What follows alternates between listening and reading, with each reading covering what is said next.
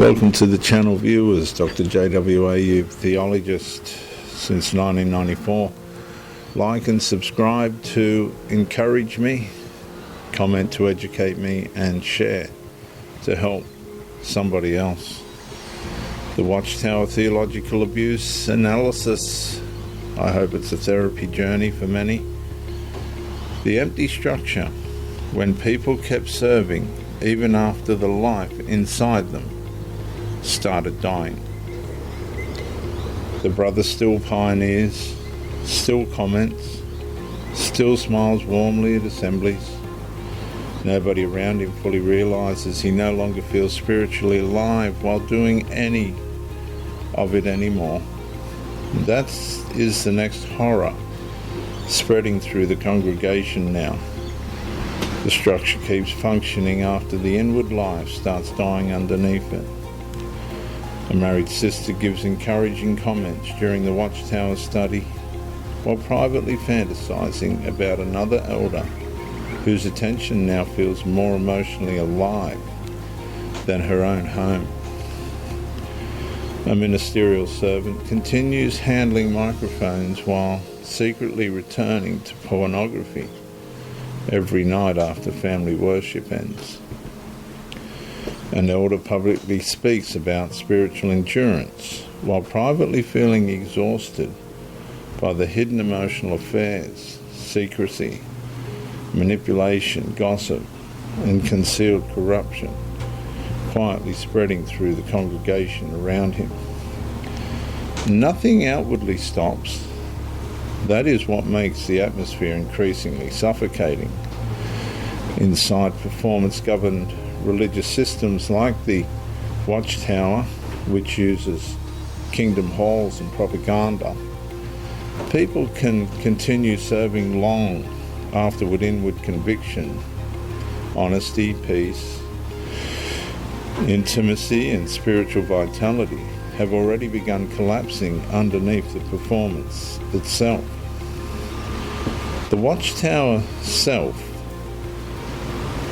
keeps operating automatically, while the real self increasingly survives through emotional numbness, fantasy, resentment, hidden appetite, compulsive secrecy, rivalry, jealousy, greed, manipulation, pornography, shame cycles, loneliness, concealed attraction, bitterness, and exhaustion, while the organizational routine continues externally uninterrupted above the inward deterioration. The congregation now feels spiritually operational, but psychologically hollow underneath the movement. A brother secretly dreads meetings while still volunteering for additional privileges. A sister quietly checks whether someone she should not emotionally want has arrived before the opening song begins. Someone publicly warns about worldly corruption while privately deleting hidden conversations before entering the Kingdom Hall parking lot. Another publisher intensifies ministry activity because visible spirituality now feels easier than honestly confronting the emptiness quietly spreading through their inner life.